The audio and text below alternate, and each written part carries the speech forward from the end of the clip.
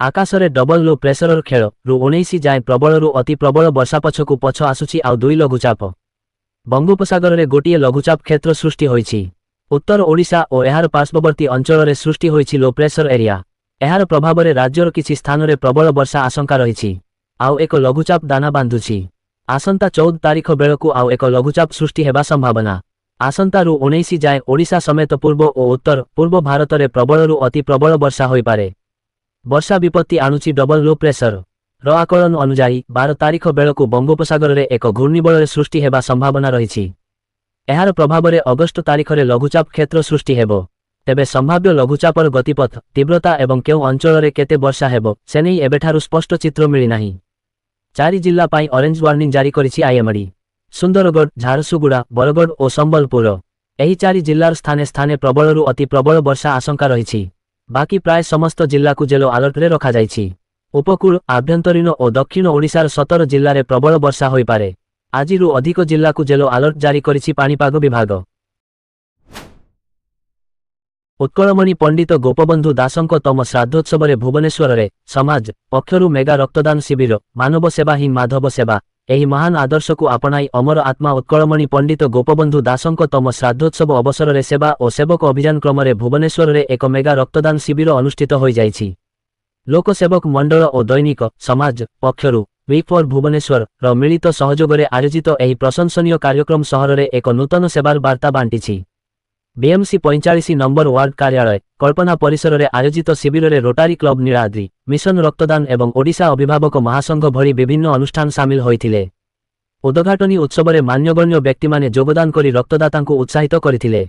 बाचस्पति सुरमा पाढ़ी शिविर को उद्घाटन करी एभली उद्यम उत्कलमणि प्रति श्रेष्ठ श्रद्धांजलि बोली कहिथिले।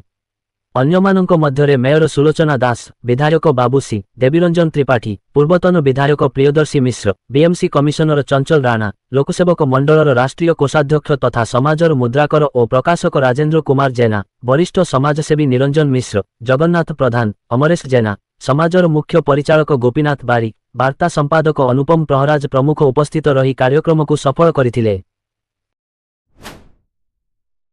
शिक्षक संघ शिक्षकों दुख 22 वर्ष शिक्षादान पर मिलुछि 3000 पेंशन। दीर्घ 22 वर्ष धरी शिक्षादान करिबा परे अवसर नेउथिबा शिक्षकों मिलुछि मात्र 3000 रु अधिक टंकार पेंशन। अवसर पर शिक्षक मानक आर्थिक सुरक्षा को नहीं एभली उद्वेग प्रकाश करिछि शिक्षक संघ। ब्लॉक सभापति जगदीश नायकों अध्यक्षतार आयोजित एही सभारे शिक्षक माने विभिन्न समस्या नहीं आलोचना करथिले। आलोचनारे शिक्षक माने कहिथिले जे अन्य राज्य तुलनारे ओडिशारे शिक्षक माने अधिक अवहेलित अवस्थारे अछंती। अन्य राज्य रे शिक्षक मानकु 4200 टंका पे मिलुथिबा बेले ओडिशारे 2200 टंका दिया जाउथिबा सेमाने अभियोग करथिले। एथिसह अधीन रे थिबा शिक्षक माने अवसर परे पूर्ण पेंशन पाउथिबा नै मध्य उद्वेग प्रकाश पाइथिला। चाकिरी समय रे दरमारु कटा जाई संचित हेउथिबा 40% अर्थ उपरे मिलुथिबा सुध आधार रे पेंशन भली अर्थ मिलुथिबारु अवसर परे शिक्षक माने आर्थिक संकट रे पडुथिबा सेमाने कहिथिले। दीर्घ वर्ष चाकिरी करिबा परे अवसर नै रोजगारर अवसर शून्य होइजिबा चिंताजनक बोली शिक्षक माने मत देइथिले। टीम इंडिया को नहीं चिंतारे फैंस, बुमराठू नहीं हार्दिक पर्यंत समस्ते आहत। भारतीय क्रिकेट ना हॉस्पिटल वार्ड गभीर संकट देई गति करुछंती भारतीय क्रिकेट टीम।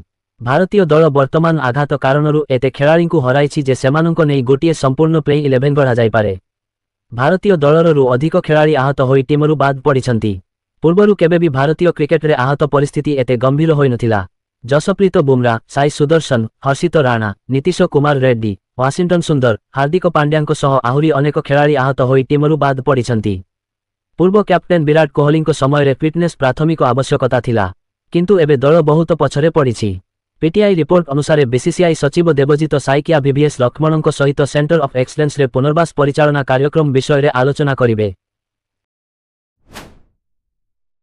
रैंकिंग रे ओडिशार 3 प्रमुख सरकारी medical college Indian ranking framework बिना 2026 रे राज्यर 3 प्रमुख सरकारी मेडिकल कॉलेज उल्लेखनीय स्थान हासिल करिसंती। सेगुड़िक हेले सीबी मेडिकल कॉलेज तम, भीमसार तम और केसीजी मेडिकल कॉलेज तम स्थान रे एम्स भुवनेश्वर रहिछि। प्रथम थर पाई ओडिशार एक सरकारी मेडिकल कॉलेज एहार एम्स समकक्ष एम्स भुवनेश्वर को पछरे पकाई एही रैंकिंग रे आगरे रहिछि। एससीबी तम स्थान रे थिबो बेले तम स्थान रे एम्स भुवनेश्वर अछि।